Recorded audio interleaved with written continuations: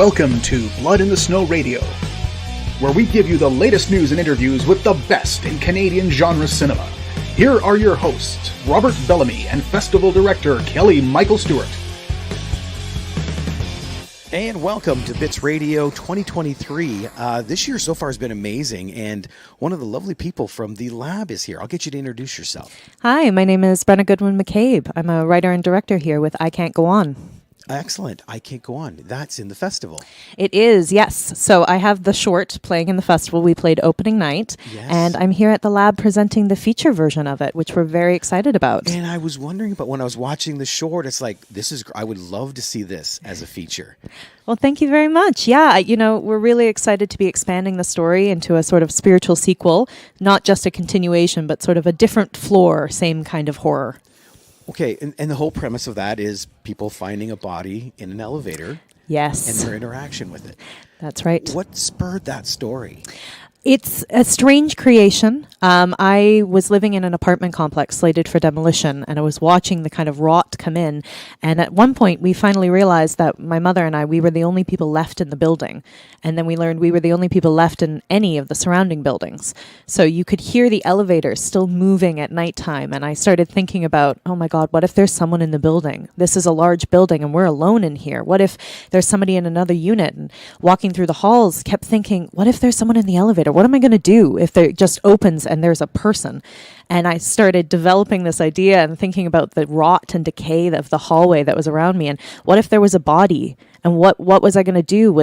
If I called the police, would they even come to such a weird location in the middle of all this construction? And it became more of a commentary about Vancouver itself, which is where I'm from, and the kind of disrepair that we're seeing in so many different crises, from, ecological crisis happening around us to housing crisis to pandemic crisis, any of these issues where you're seeing something very clearly wrong, and rather than it being a stopping point, everything just kind of continues, which is where our title is coming from. Step over it kind of thing. That's right. That's got to be a weird feeling in itself, being the only people in an apartment building.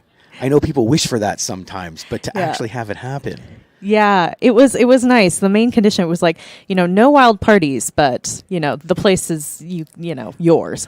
So you literally could have a wild party. We could absolutely. They were just going to tear it down. It was very strange. We could do kind of whatever for a while. So now the filmmaker in me is going, you have an apartment building all to yourself. Yeah. Did you ever take advantage of that? The amount of regret I face every day for not doing something in this hallway. Now with our short, we built everything for the Crazy Eights challenge in Vancouver. Oh, really? Yeah. So everything you see in our short film was built by an incredible production design team helmed by Isabel Baker-Smith. And they did a phenomenal job building this hallway. And as they built it, I'm loving every moment of it, but I'm like, if I had had that hallway, there was nothing happening. Location. I could have had the whole building to film in. Yeah. Oh, yeah. I'd have been kicking myself, too. With it. Yeah. Those kind of locations come along once in a lifetime, and if you're not ready, you can't do it. Exactly. Yeah. It was a point in my life where I was still not quite ready to admit I wanted to be a film director. I was very busy being like, maybe I'll go into opera, or maybe I'll go into, finish my studies with English and see what's happening, and just kind of keeping the DVDs hidden in the closet. You were still in the closet. Yeah. Yes. And I get it, because it is a big step to come out and say, okay, I'm a filmmaker, I'm going to do it, Yeah. Because if it's just a hobby, then nobody expects anything of you. Exactly. Yeah. The second you admit that, it seems strange that every assignment that's creative, I want to make a movie for it. I've made so many movies for French class and so many movies for like my classical studies class that I'm beginning to think that maybe there's something here that is really a passion. There were those signs. Yeah. The signs were there the whole time. So with the lab, you're here to pitch it as a feature? That's right. Yeah. So I was really grateful that we were able to air on Monday, on the first day, because a lot of the people who got to see the pitch yesterday were able to see the short film. So they kind of knew going in that, we had this body in an elevator, that we were dealing with a set hallway. It was very gothic, a lot of kind of surreal horror in the vein of Guillermo del Toro and David Lynch, who are two of my largest influences in life and work. So I was really grateful to have that opportunity. And then going into the pitch yesterday, I was able to kind of expand that knowledge and talk about a story that's somewhat more autobiographical, but at the same time, rather than a body in an elevator, the horror is now the building itself. So we're watching these very kind of rotting walls happen around her, and kind of much like a body, where instead of it being ghosts that our main character Alice is seeing, she's seeing the memories of her building. So she's seeing these memories walking around her as the building is slowly dying, its memories flashing before her eyes. That's excellent. Thank you very much. It's a cool visual because you love those pitches when you're talking and you see it in your head. Because so many times they're talking and the pitch, it's like, I'm not getting it. Yeah. But this literally, I can envision the ghosts.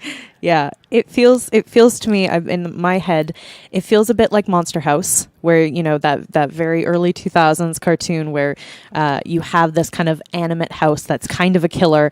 But in this case, it feels a bit like our main character Alice is wandering through just the worst Magic School Bus episode where, you know, she's in the body and the walls and the hallway are the arteries and each unit is an organ and it's kind of sticky and, and rotting and necrotic ooze all over the place. That's a beautiful reference. Yes. Nobody references Magic School Bus. Not enough people Exactly. Yeah, absolutely. Mrs. Frizzle is the bomb. Yeah. I know, just Life goal. Absolutely. If I can dress like Mrs. Frizzle every day on set, then I've done my job right. So now you had mentioned David Lynch being one of your friends. What other people inspired you and kind of guide what you do? Yeah. Well, if we're talking about people I haven't met, David Lynch is absolutely, Guillermo del Toro as well. One of my most vivid memories was seeing Pan's Labyrinth when I was about 12 or 13, going in with my mom and my grandma and sitting down in a red turtleneck sweater. And I remember that because I spent most of the movie with the turtleneck just creeping over and up towards my nose and then using it to like wipe away all the sobbing that I was doing. And my mom reminding me I had to breathe in order to not make that noise while crying. But watching that movie was absolutely revolutionary for me. And I ended up developing that emotion that I had watching it into my thesis for my Master's of English degree, which I wrote on Frankenstein, which is my favorite novel, and Guillermo del Toro, and specifically Pan's Labyrinth, which is fun now that he's doing Frankenstein, which, you know, would change everything with my research. But so those are the two kind of main filmic inspirations. A lot of my work, I think, stems from surreal kind of works in general. So the title of this film comes from a Samuel Beckett quote in The Unnameable. So talking about I can't go on, I'll go on, which is how he kind of ends his panic attack of a final page. Okay. So those are kind of the thematic influences. But real influences, I mean, my parents, both of them, my mom especially living in this environment with me, I think has really gone into the film, and my experience with family and my experience with Vancouver. I think to me, Vancouver, I'm really passionate about Vancouver film, and I'm excited to kind of fight for it to be featured as Vancouver in film, not just to be kind of a placeholder for a lot of different places. I'm excited for it to play itself. That is true. A lot gets filmed in Vancouver that gets turned into various states or cities, and but it's got beautiful areas. It is. And, you know, growing up in Vancouver, you would see so many film sets, and going to UBC, especially for my schooling, there was one time where I was late for a final exam because there was a dance number, you know, in the middle of campus with no warning. And it was deeply frustrating to have like smiling people dancing around as you're running for an exam. But because that's Vancouver. Nobody's going to believe that story. No, nobody's going to believe that there was like a whole choreographed reason for my lateness. I was on my way when all of a sudden. Suddenly there was twirling and people were just dancing in the square. I promise it wasn't a flash mob. Should have just gone with the dog. Yeah. People believe it in Vancouver. Fair enough. Yeah, there's a lot going on over there. I know I've recently seen a few horror movie people that are based right into Vancouver, and they thrive in that city. Like, absolutely, they don't make it another place. Yeah, I'm excited to see that. I'm really excited to see it coming more and more present. I think, you know, as far as filmic identity, Vancouver is this really interesting space that can be so many different places, absolutely, and will continue to do so as it should. But, you know, there are so many interesting stories happening in Vancouver and so many interesting horrors that are happening that, yes, they are international, yes, they are Canadian, but, you know, especially this film to me, it is about, you know, something happening in light of Vancouver. And our goal is to share a complex Canadian story in light of Vancouver, just sort of amplified by the horror genre. Excellent.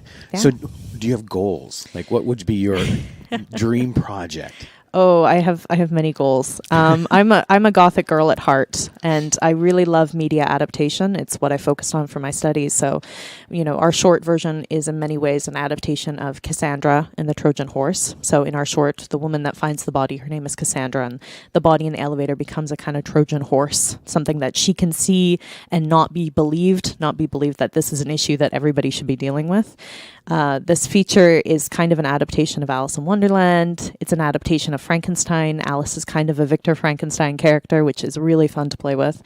I think as far as adaptations and dream projects, Del Toro isn't going to beat me to Frankenstein. Unfortunately, I think he's got a good headway on that, but I would really love to do like a Phantom of the Opera miniseries. Oh, nice. I love adaptations of Phantom of the Opera. There's been one for every 10 years, essentially. And there are some phenomenal ones, and each one is trying to define itself in comparison and also in contrast to earlier adaptations, from Andrew Lloyd Webber to the original in the 1920s to the one from 1989 where Carlotta gets her head thrown into a soup tureen. There are these amazing moments. That is very true. And it's interesting, too, how certain stories mimic other stories. Like you talk Phantom of the Opera. Yeah. It's like Beauty and the Beast is literally Phantom of the Opera for kids. Yeah. Absolutely. And before it was Beauty and the Beast, it was a German story. And before that, it was like all of these things bleed together into these amazing stories that kind of go across borders. And even I always find it interesting when you find the same stories in places that you can't really figure out how they would have possibly had the same story, where there was no interaction necessarily. Like, I used to be obsessed with the idea of dragons as a kid, and the fact that each culture had a dragon that may have not been meeting one another at that time, but probably dinosaur stories. bones. But yeah, it was an interesting idea as a kid. That would be cool. Any thoughts of turning that into a story? I love dragons. I love fantasy films. I think if one day I can get to a point where I get to work with like the Jim Henson Company or something, making a fantasy film kind of in the vein of Labyrinth, then I will have made it. Very good choice. Thank you very much. That's my favorite film. It's Pan's Labyrinth and Labyrinth. So if you make a film with the name Labyrinth somewhere in there, you've got at least one ticket sold to me. There we go. That's my next project. There you go. Labyrinth something, Labyrinth. Yeah. Excellent. Well, thank you so much for sitting down and chatting. Thank you so much for having me. And good luck with the lab. Thank you. We're really excited to be presenting the I Can't Go On feature and expanding this Gothic story for a new age. Yeah. If you get a chance to see it, I know short films kind of they do a festival run and then they seem to disappear. We're hoping that won't be the case. That would be awesome. We're excited. We got some amazing reception to this. We recently won Best Foreign Short Award at La Femme International Film Festival. Oh, excellent. Yeah, so we're hoping to visit some more horror networks. We have an Instagram account. It's I Can't Go On Film. I think there's a period between each of those. Can't go on, all of those. And I have Instagram as well, and we'll be posting all updates. My Instagram, I think it's just at Brenna Goodwin-1. Perfect. Yeah. Well, again, thank you so much, and good luck. Thank you so much for having me. This has been lovely. Got it.